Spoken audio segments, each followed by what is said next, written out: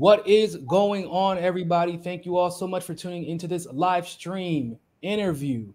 This is a very important interview. We're going to be talking about a lot of different topics regarding Niger, West Africa, Nigeria. And we're going to be talking about them with a guy that I would consider an expert, very decorated investigative journalist, an author, the founder of West Africa Weekly. And his name is David Hundeyin. And thank you, David, for joining the show. How you doing, man? I'm good. Thank you for having me. Oh, no, of course. So just to let the audience know, you've actually been on the forefront of the West African journalism, just uncovering some of the most corrupt nature of which the West has been involved in West Africa, specifically Nigeria in a lot of cases, uncovering some of the corruption of ECOWAS. I listened to a little bit of your interview with George Gallo yesterday. It was very enlightening as well. What do you make of what we're seeing right now? I want to start first, before we get into a wider lens, I want to start first specifically with this move by ECOWAS to use standby forces. So as I mentioned yesterday to George Galloway, this is not something which has come out of the brains of anyone who's actually attending those meetings. This isn't the idea of anyone in Africa to go to war with an African country. This is an externally instigated idea, right? This is an idea that came out of Paris and DC, that because of French and American interests in Niger is a very strategically important country to both France and the US. So because of their interest in Niger, it is imperative that the government in charge of Niger must be a government that is pro-West, that is pro-US and pro-France, a government that can, the euphemism that they use is a government that can be engaged with diplomatically, but what they actually mean is a government that can be controlled. That's what this is about. So now that a military coup took place and a new administration is in place, a military junta, which is not so well disposed to diplomatic engagement with the US and France, the idea is we have to get them out at all and any costs. It has to be specified that democracy or no democracy has absolutely nothing to do with the issue here. Democracy is just a convenient fig leaf being used as a ruse with which to basically carry out regime change. The real issue is the regime in charge in Niamey is hostile to France and the US, and France and the US consider it an important foreign policy objective to remain in control of Niger. So using the convenient excuse of defending democracy, that's why this invasion is being proposed. In the past 3 to 4 years, we've seen military coups in Chad, in Burkina Faso, in Guinea, all of which are within a stone's throw of Niger, and there has been no such rhetoric. There has been no such attempt to push ECOWAS or anyone into attacking these countries. So that should tell you that the real reason behind any of this is not about democracy in any way. Democracy has absolutely nothing to do with it. And in fact, historically, both the US and France have a very long and storied history of dealing with dictators on the continent. They have no interest whatsoever in democracy. So I have a question for you. So regarding Niger, there are a lot of people in the West who are a little bit ignorant to the situation developing there that are claiming, why would we overthrow, or why would we support or allow the overthrowing of the will of the people with the previous president being removed, and then just allowing a military coup to come into play? What can you give us a little bit of background about the previous deposed president, and if there was any controversy surrounding his election to the presidency of Niger? So President Mohamed Bazoum, who is the deposed president, I wouldn't say there was much controversy per se. He was more of an establishment candidate. He was the sort of safe and easy choice from the point of view of both the political establishment in Niger, which is obviously very highly placed within, and the external players such as the US and France, who considered him to be friendly. So as is so often the case across Africa, which is very tragic, his his leadership KPIs are not primarily about what he delivered to the people of Niger. His leadership KPIs rather are about how well he engaged diplomatically with the US and with France. And on that score, he did very well. So, having been deposed, it then becomes an emergency for the US and the France. And all of a sudden, Bazoum turns into some kind of a hero from their point of view. On the ground, Bazoum is not, I mean, he's not exactly a hate figure either. But the point is, the people of Niger have very clearly, they've made it very clear that for whatever reason, I don't pretend to speak for them, but they made it very clear that for whatever reason, they actually prefer the prospect of being under the leadership of a military junta than being under the leadership of Bazoum. Now, if democracy is defined as government of the people, by the people, for the people, and the people of Niger have actually let their voices be heard that they would actually prefer to be under the leadership of a military junta, which, by the way, nobody really wants that, right? Certainly, nobody wants to see that sort of a military coup contagion take place across the region.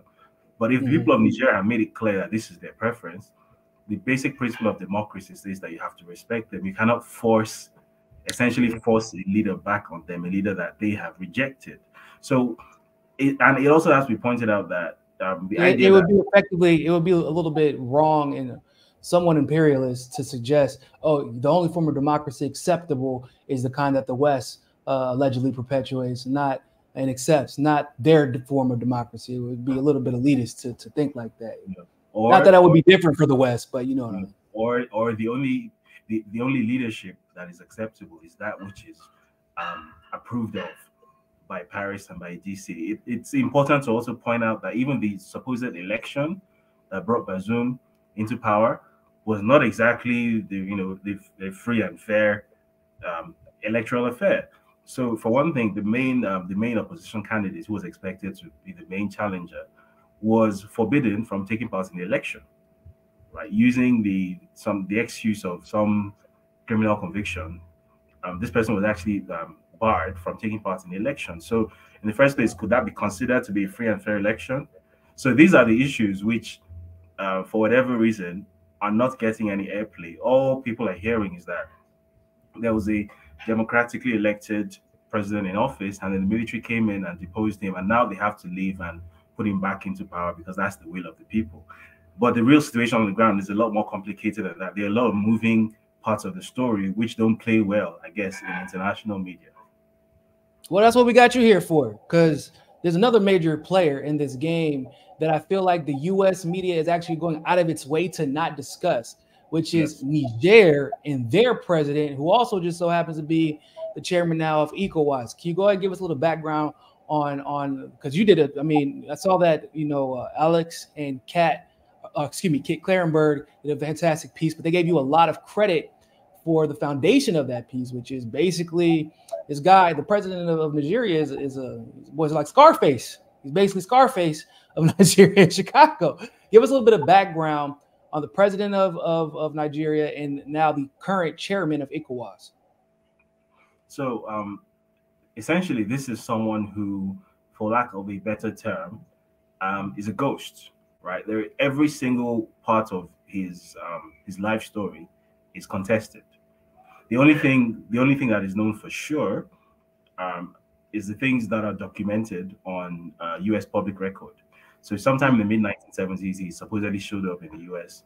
On a student visa. And sometime between 1977, when he supposedly arrived in the U.S., and 1992, when he returned to Nigeria, sometime during that period, he became a big shot in the heroin trafficking game. That's about the time that would have happened. That's a lot of drugs was getting trafficked back then. It's, again, if anyone watching this hasn't read the story, you should probably just Google the keyword "from drug lord to presidential candidate." It's a story I did last year, which kind of outlines all of this in very great detail. I also did a documentary about it. It's on YouTube. It has the same name, "From Drug Lord to Presidential Candidate," Bola Ahmed Tinubu. So essentially, this guy was part of a heroin trafficking ring, which found a lot of success in Chicago because how the business model worked was that heroin from Southeast Asia, which had up to 98% purity, was being trafficked by Nigerian gangs into Chicago, and then from Chicago, which was basically the hub of the Nigerian involvement in heroin trafficking, it was then passed across to African American gangs who were more involved in the distribution. So the Nigerians were the wholesalers, and the African Americans were the retailers, if you like. So how all of this came to light was in 1992. There's a city called Gary in Indiana. So the fellow who was the drug kingpin of Gary was nailed in a federal case, and in the course of the several indictments and investigations that surrounded his case, two Nigerian drug dealers were identified as this guy's primary heroin suppliers, people by the name of Abiodun Agbele and Adigboyega Moise Akonde. Now, in the process of trawling through their finances, the IRS Special Investigative Officer, Kevin Moss, made the link for the first time between these two Nigerian drug dealers, who were convicted, by the way, and this hitherto unknown person called Bola Tinubu. Sometime while this investigation was going on, I have no idea whether he was tipped off, something happened, but for whatever reason, he went back to Nigeria. Right. That sounds about right. During the time the investigation was going on, he was actually in Nigeria, and he had telephone contact with this IRS Special Investigative Agent. Now, it was established. This is all in the court documents, by the way. If you read the story, the court documents the link to the court records are actually embedded in the story. It's on my Scribe account. It's free to view. So it was established that he had very close financial dealings with these two drug dealers, and that their drug revenues were ending up in his account. So a total of about $2.4 million was actually seized from him by the feds, and it was stated very clearly in this court records that these are the proceeds of heroin trafficking, the proceeds of narcotics trafficking. I'm sure you must be familiar with the concept of the civil forfeiture in the US, which is it's a criminal process. It doesn't get used for the correct reasons, but we're very familiar with it. Yeah, exactly. So it's a criminal process used to strip people of assets suspected of being the proceeds of crime, without necessarily putting them through a criminal trial, right? Which I would imagine was because he wasn't in the US, so he couldn't actually stand trial. So in the end, he was made to forfeit just under $500,000 to the US government. Ideally, that should have been the end of his political career. That should have been that, because there's no way you've been fingered, you've been identified as a member of a heroin trafficking gang, you've actually forfeited close to $500,000 of proceeds of drug trafficking to the US government, and then somehow you get to become a governor one day, you get to become somebody who has regular contact with the US embassy, and then later on you get to become a president who gets co-signed by Kamala Harris and Joe Biden. That is not supposed to happen, but that's exactly what happened in this case. And if you've read the reporting by Kate Clarenberg in Grey Zone, it becomes very clear why. Essentially, this guy is, for lack of a less descriptive term, this guy's a U.S. intelligence asset. So essentially, the U.S. government, as it has done in the past in places like Panama, is very happy to deal with a drug dealer who happens to be the head of state of a country, because it serves their strategic interest. That's the prefer. Like, if you have the more of corrupt past that you've had, the higher likelihood that the U.S. will help you become the leader of whatever country you happen to be running in. I mean, we've seen that over and over again. And if your past is clean, in fact, it's highly likely that they would intervene to make sure that you never become the leader of that nation. Now, regarding pronouncing it to Tinubu, right? Tinubu. He is now the chairman of ECOWAS, correct? Yes. Now, do you think that has a little bit of something to do with the fact that ECOWAS has made this announcement that they plan on sending standby troops to Niger? I think it has everything to do with it, because I don't know how familiar you are with the Nigerian news cycle, but there is universal aversion to the idea of war. In Nigeria, nobody wants this war. The only person seemingly who actually wants this war is the president himself, right? So when you have a situation where war is so politically unpopular within your country, you've spent barely 4 months in power. Nobody wants to go to war. Even the military is not on board with the idea of going to war. And yet, Wow. you, as the new president, you are determined to go to war. What is the reason why you'll be so determined? So why would Nigeria be like? I know we're talking about ECOWAS. So why would Nigeria be so averse to the idea of ECOWAS as a coalition going to war? Is like Nigeria going to be the head of that effort, or is there something that we're missing here? Several reasons. First of all, when we say ECOWAS, what we really mean is Nigeria, because Nigeria is most of ECOWAS. Nigeria funds ECOWAS. The ECOWAS military, the ECOMOG, is essentially the Nigerian military, right? Nigeria is by far the strongest country in ECOWAS. So first of all, Nigeria is going to be one to bear the cost of this war. Nigeria is having a public finance crisis right now. Roughly 97 cents of every dollar it earns goes on debt servicing. So right now, Nigeria does not have the money to go to war, first of all. So we're having an economic crisis, we're having budget cuts, we're having austerity. So this is not the time to go to war, first of all. Secondly, the mechanics of going to war with your largest neighbor. Bear in mind that Nigeria and Nigeria share a land border that is over 1,000 kilometers long. And this is a border which was essentially drawn in 1884 in Berlin. Just a line in the sand that is not even functionally demarcated. So on both sides of the border, you have people who have lived together for centuries, right? People who don't even recognize that there's any difference between a Nigerian and a Nigerian. So how exactly do you go to war? It'll be a bit like the US going to war with Canada. You're talking about cousins and family members fighting each other, basically. It'll be like the US going to war with Canada. It's a stupid idea. Like it's actually ridiculous. It does not make any sense. But because again, this is an external idea. This is not an idea that comes from any sort of strategic thinking or any sort of political base in Nigeria. This is something which this guy's handlers, if you like, in DC and Paris have decided that this is going to be your foreign policy objective. You are going to spark this war at any and every cost. You must recover Niger using military force. You must bring Niger back into our fold using military force. So even though nobody in Nigeria wants the war, and to give you an idea of just how much nobody wants this war, the Nigerian military, or certain people within the Nigerian military, took an extraordinary step a couple of weeks ago.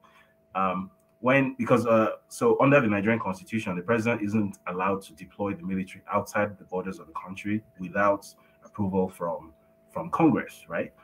But he tried to do that illegally. So special forces were actually deployed to Niger without approval, secretly using what's it called?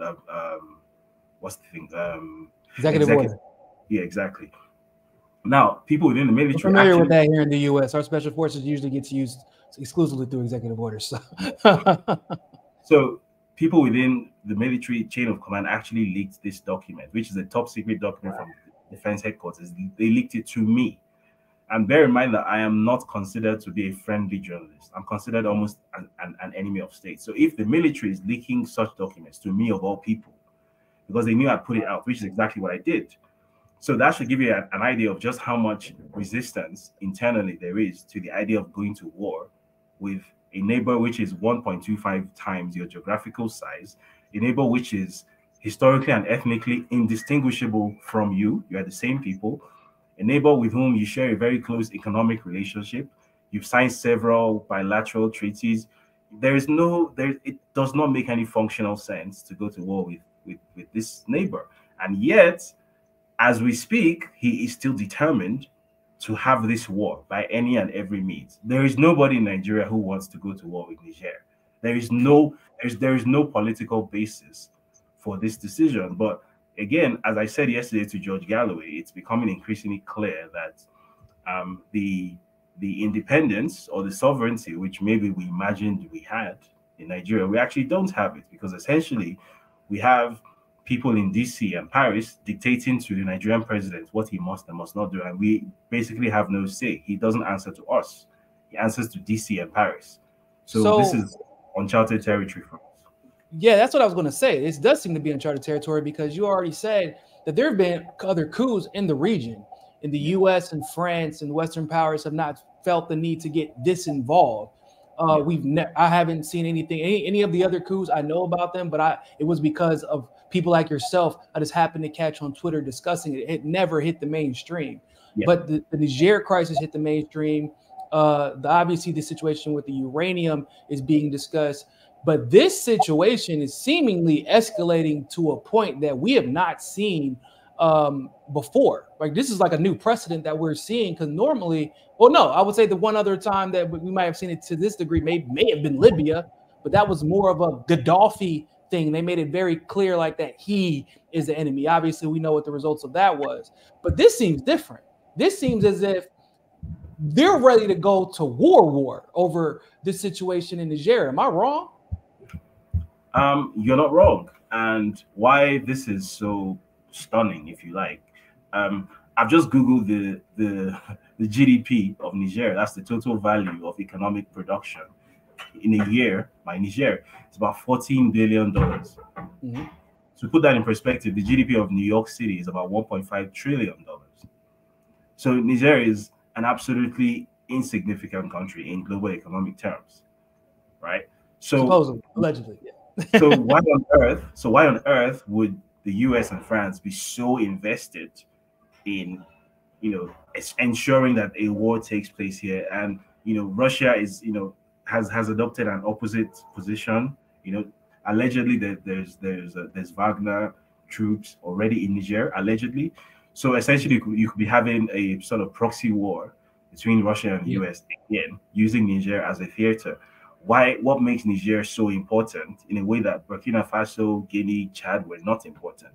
So ultimately, it boils down to the fact that Niger supplies roughly 33% of the electricity consumed in France via its uranium, and Niger also happens to host a U.S. drone base in Agadez. The U.S. considers that drone base to be central to its security planning in the region, and the U.S. has indicated that it is not willing to let go of that drone base. That they're currently about 1,100 U.S. soldiers on that base, and the U.S. has said that they are not going to evacuate them. So it's sort of like tug of war. So you essentially have France saying, "We are not letting go of the uranium mines," in a sort of very colonial positioning, right? Because you don't own it, and Niger is a sovereign country. So if they no longer want to trade with you, they are well within their rights to do that. You cannot tell them that we insist that we are going to have this space in your diplomacy or in your economy. You can't do that. Well, by the way, while they're simultaneously trying to pretend as if it's the junta that's trying to control and that they're just trying to give power back to the people of Niger, like that France is trying to just give. It's like, well, what if they don't want to work with you? Well, then we're going to have to go to war with you. It was like, hold on. Well, I thought this was a bilateral relationship. I thought this was a mutually beneficial relationship. Exactly. But if we decide we don't want to work with you, why is that a problem? And who, if you do go to war, who suffers? Is it the regime that suffers, or is it the people who suffer? Because bear in mind that one of the things that the Nigerian president did, like using an executive order, this didn't go to the parliament. This was something he did by himself. Nigeria supplies about 70% of the electricity consumed in Niger. He cut off the electricity to Niger, which, in my opinion, is an act of war. Yeah, right? Yeah. See, it's considered siege warfare. It's actually illegal. It's under the Geneva Convention. Yeah. So you've closed the borders, so trade cannot legally take place. Bear in mind, Nigeria is a landlocked country, so a lot of their foreign trade, the traffic comes in through Nigeria because Nigeria has seaports.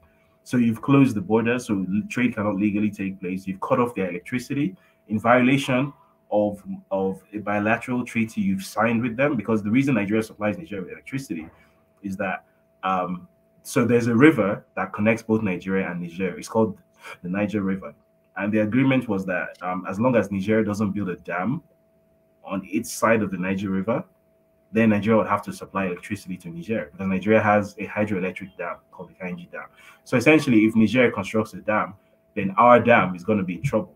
So because of that, we signed a deal with them stating, okay, so that you don't build a dam, we're going to supply you electricity. And now you've unilaterally violated that treaty. You've cut off the electricity that supplies their schools, their hospitals, their government buildings. So already you've put them under a state of siege.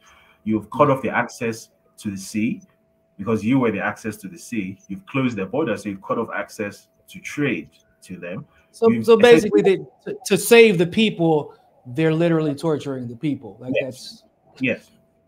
Yes. So it's basically Iraq all over again. So Nigeria is obviously playing a huge role. You know, we know it by proxy. But there's another factor I actually discussed maybe like a few days ago regarding this pipeline that a lot of people haven't been talking about. The one that's supposed to run from Nigeria to, I want to say, out to Morocco? Through Morocco to Europe, Yeah, and it's supposed to supply natural gas to Western Europe, in light of the fact that Russia's basically gave them the middle finger, you know, deservedly so. Do you believe that this is also playing a huge role in Nigeria's aggression on behalf of the West? Again, I think it's the West actually that is driving this. I don't think Nigeria itself. Well, I'm saying, so to clarify, the pipeline, even though they're working with Nigeria's government, effectively it's owned, if I'm not mistaken, by Exxon.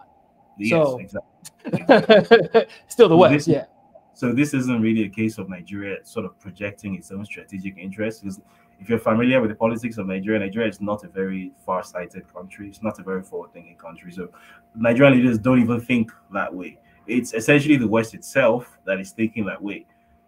Potentially, we could wean ourselves off energy dependence on Russia using Nigeria, right? So that's the usefulness of this pipeline. So if this pipeline, which is supposed to run through Niger, if it's running through territory that we do not control, and territory which the Russians potentially have influence in, then potentially that could mean that Russia is holding us by our neck and by our balls, right? So that's their calculation, that Russia supplies them energy and can put them in trouble if it wants.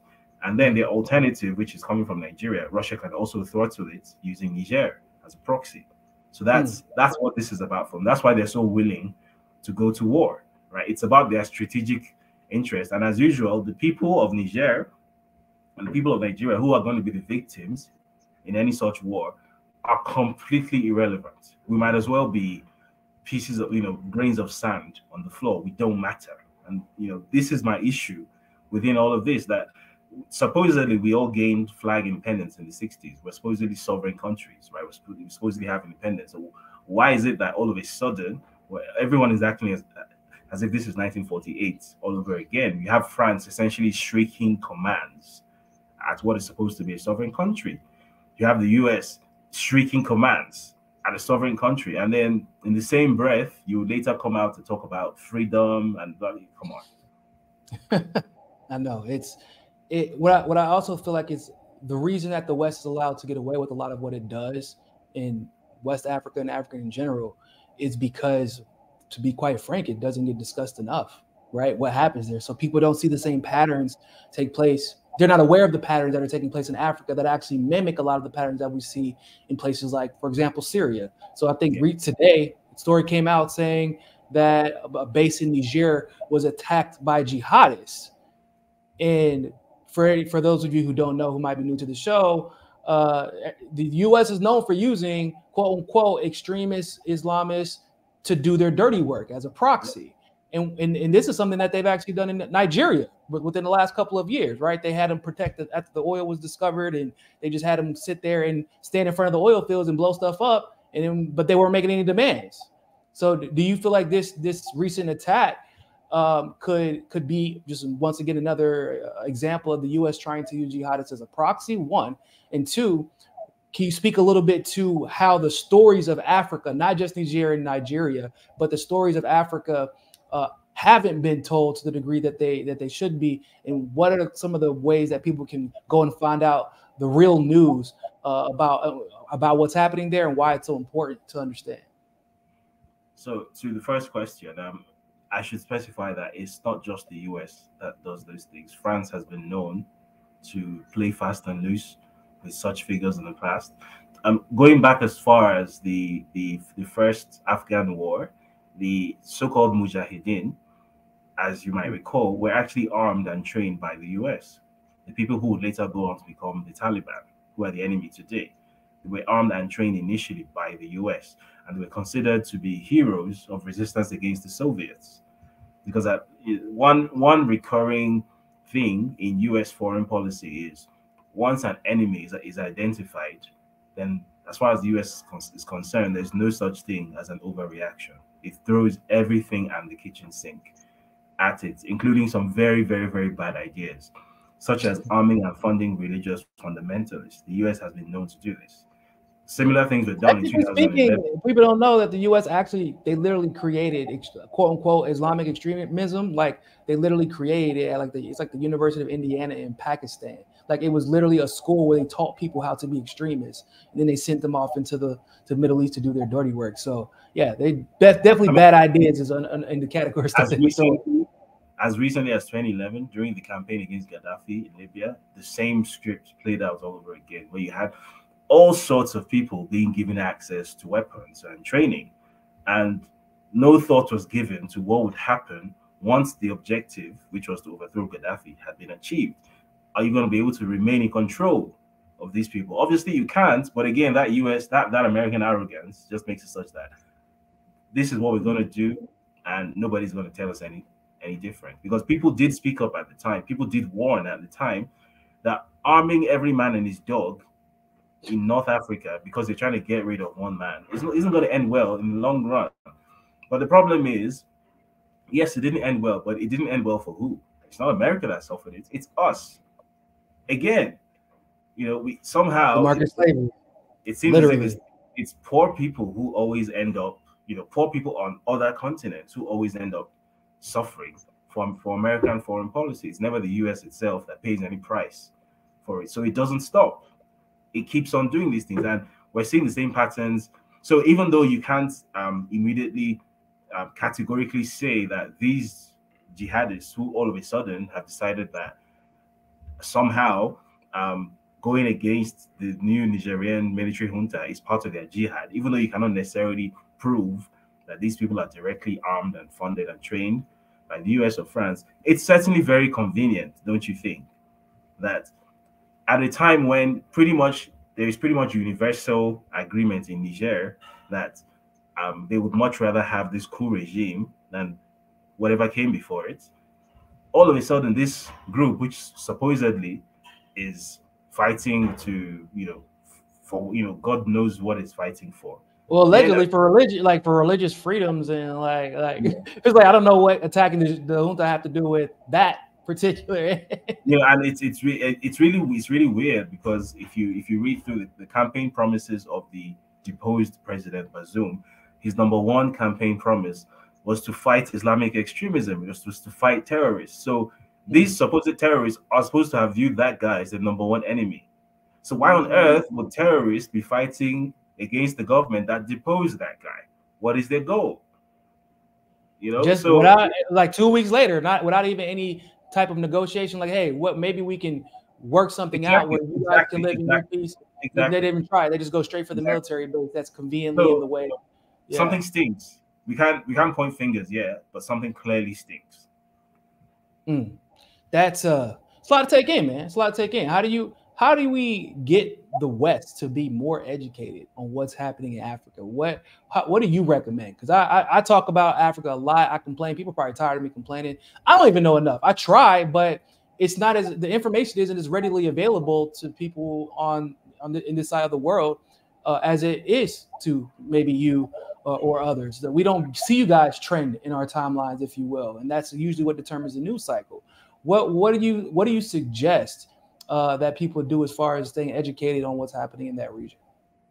So I think first of all, people need to understand that some of the things which affect them in their everyday lives, even in the US, are a direct result of certain things that took place in and around Africa. So, for example, the so-called three strikes laws, for example, or the general atmosphere of this aggressively anti-black policing in the US.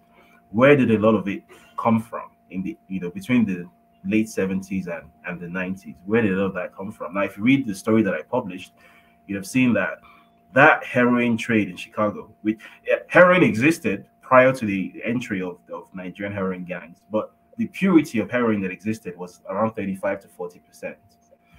When the Nigerian heroin gang started importing 95% pure heroin from Southeast Asia into Chicago, that was where the heroin epidemic really began. And because Chicago was like a drop-off point, so it's like at the junction of like 5 states. So there's Indiana, and these are states that have we all know Ohio, Indiana, and Chicago. Yeah, there's a whole. And these are all states that had very high concentrations of black people, right? So black people were essentially the very first victims of the heroin epidemic, and as usual, as is the case when black people are the victims of a drug epidemic, it's not treated as a public health crisis. It's treated as a law enforcement challenge, right? So a lot of laws which affect people today came into being during that period, and they were a direct response to things that took place because, certain activities influenced by Africa or from Africa were taking place right there in the US, right? A lot of people don't seem to realize this, that the person who is the president of Nigeria right now could be the reason why, you have a cousin who is serving 50 years in jail for being in possession of weed. Wow, right? Yeah, that's woo. When you put it like that, that's crazy. Everything is linked, right? So we're not as separate and disconnected as we think, right? So I personally, so if you read the story, I spoke to a guy called John Werning. He's the chairman of the Chicago Recovery Alliance, and something he said which struck me was, the aftermath of the heroin epidemic was so much of a problem that public health policy in Chicago actually changed from trying to make addicts stop using heroin to merely try to make them use safely. So they started handing out free syringes and things like that. That was a direct result of the actions of the person who is now the president of Nigeria. That's a direct result.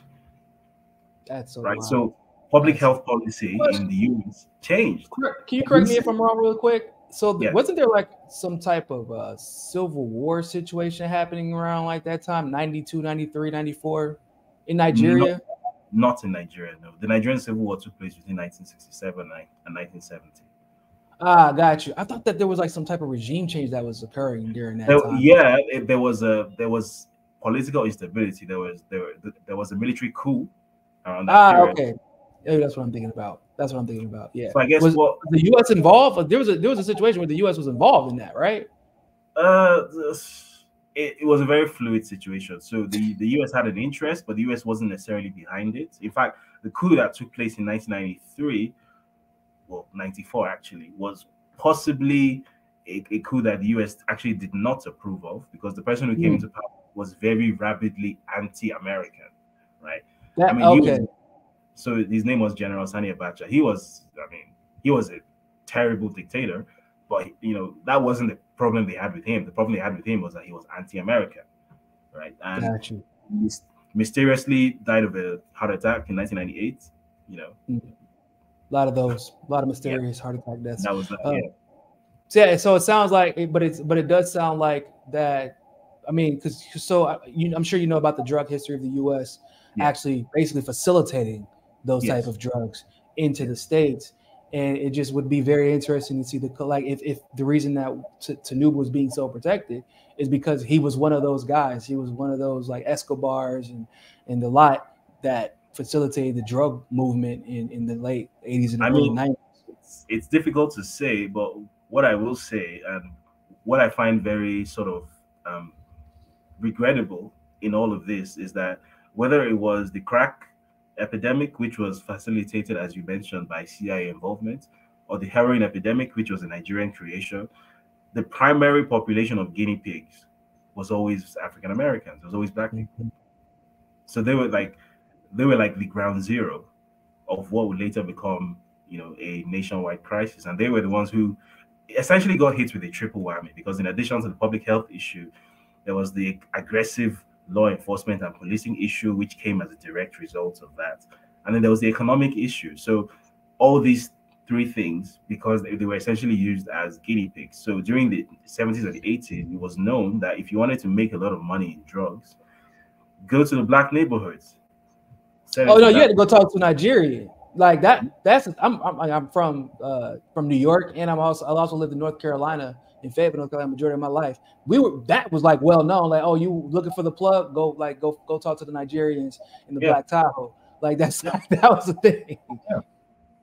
So again, everything is connected. So people, so to your question about how to get people to be more interested in things going on in Africa, people should understand that even though it might seem as if Africa is like this really irrelevant part of the world, it really isn't. And a lot of what goes on in Africa has a very direct impact on your life. And there is a reason why a lot of this information is, for lack of a better term, is censored in your media, in your press.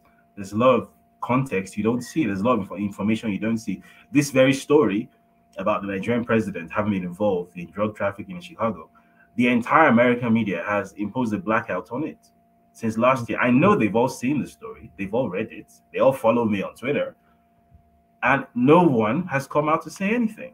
There's been a total kibosh. Yeah, like the guy who literally is about to declare war on Niger via ECOWAS is, this is essentially linked to drug trafficking in the States. In the mainstream is like, yeah, whatever. This is not an accusation. There's a federal document, right? From the Northern District of Illinois, right? You can go to the court in Chicago, pay the $35 filing fee, and get this document for yourself. Loads of people have done that. They actually won't even say Tinubu's name in the media when referring to ECOWAS. Exactly.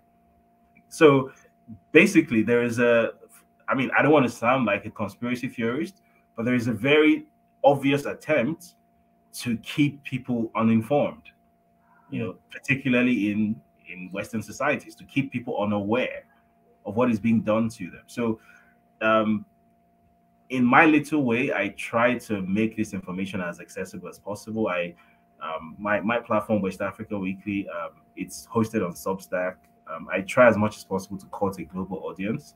I also have a documentary channel on YouTube where I turn some of my stories into documentaries, and I try to make all of this sort of freely accessible to the world. So even if you're not based in Africa, you can actually see and read and sort of inform yourself. But the challenge is always going to be that a lot of people who have grown up in places like the US have been indoctrinated with the idea that the world is the US or the world is North America. And there's a whole world outside, and the things happening there have a direct effect on you. But, I don't know whether it's an educational quality issue or it's an aggressive propaganda issue, because I know the US happens to have, very, high quality state propaganda, even though it's not recognized as state propaganda. So whatever the case is, I think people on their own need to start making use of the access that the internet gives them. The internet, I think, is the crowning achievement of the human race, because it gives you access to information that many people probably don't want you to have, and you can have it in real time. The same information that someone in Djibouti has, you can have access to it. It's just a matter of developing the personal interest. So I think people themselves need to become aware that, for lack of a more polite way of saying this, your government is lying to you, right? Your government is insincere. Insincere is putting it very kindly. I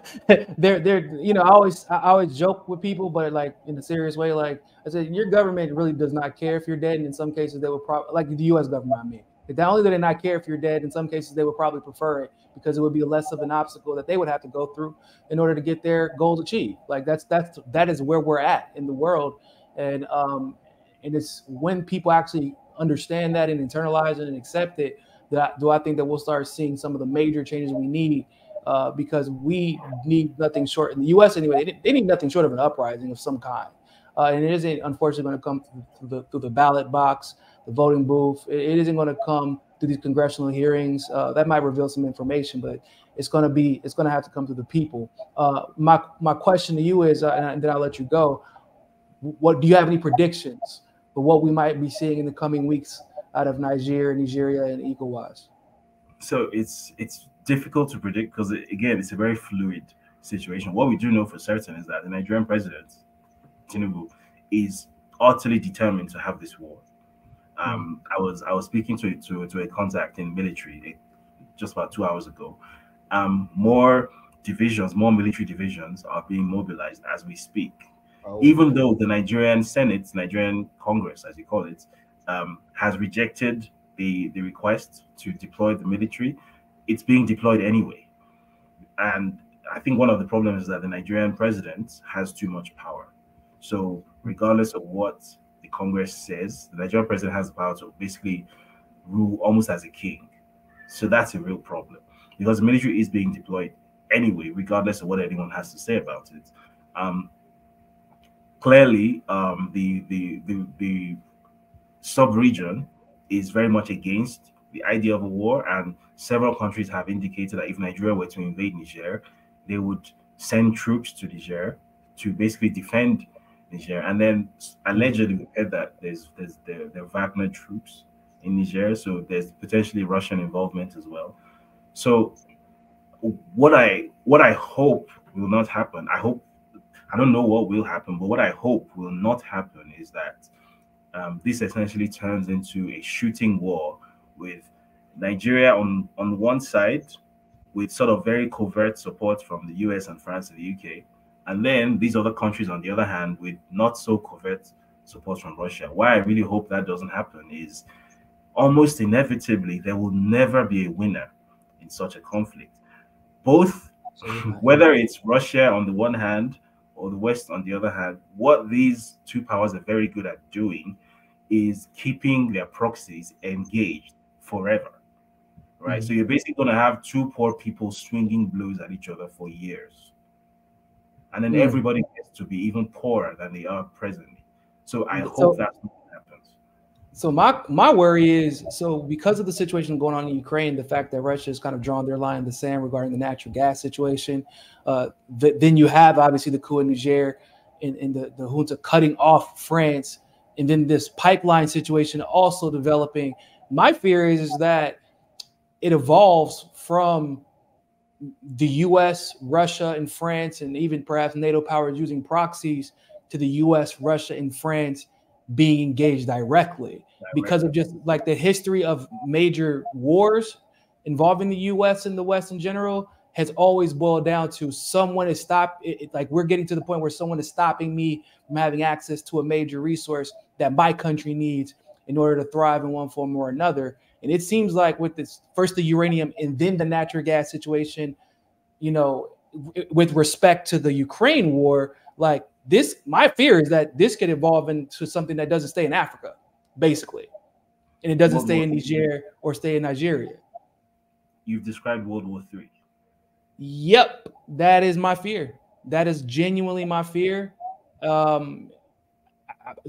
me, am I being too crazy? Am I just being sensationalist? But like I'm looking at because it's not just the situation in Niger and Nigeria that I'm looking at. It's history. It's what's going on in Ukraine. It's the tumultuous relationship between the U.S. and its previous allies that are now aligning with Russia. It's how aggressive France and NATO have been lately. Like, am I too crazy to say like that? It is possible that this coup could set off what we eventually look back as the beginning steps to World War III. It's not impossible because going by historical precedent, what set off World War I was that one guy got assassinated. So it's definitely not impossible.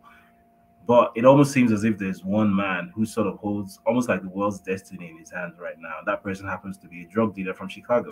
I never thought I'd find myself saying those words, but here we are. Hey man, listen, we got a guy who needs his hand held as he goes to the bathroom as president of the United States. So, you know, Crazy time we live in. David, man, I appreciate you so much. Let everybody know where they can find you at. By the way, everybody, I do have his Twitter handle in the description of the video, but let everybody else know where else they can find you at. Right. So my Twitter, Instagram, it's at David Hundeyin, my name, and then my platform is called West Africa Weekly. So that's westafricaweekly.substack.com. And you can also find my documentary channel on YouTube. It's also called West Africa Weekly. Incidentally, this story, which we've spoken about, from drug lord to presidential candidate, the documentary is on YouTube. I think it's one of the most popular documentaries that I've worked on. So you might want to give that a watch, because there's a lot more context and there's a lot more information that I haven't mentioned here, which is included in that documentary, particularly from an American perspective. So I think any American viewers would probably want to see that documentary. Awesome. Stay informed, guys. Do your best to stay informed, because I know a lot of y'all been kind of like, I'll check in on Africa whenever it's time to check in. Well, it might be time to check in, because Africa's problems might just become America's problems very, very, very shortly, in a way that is a little bit more tangible and apparent than it has been in the past. So go check out David's stuff. David, thank you so much for coming on. Make sure y'all like and subscribe. I have my Telegram link in the description as well. Make sure y'all go follow that for more content and breaking news updates. And always remember, more than anything else, people, find your balance. Peace. Thank you.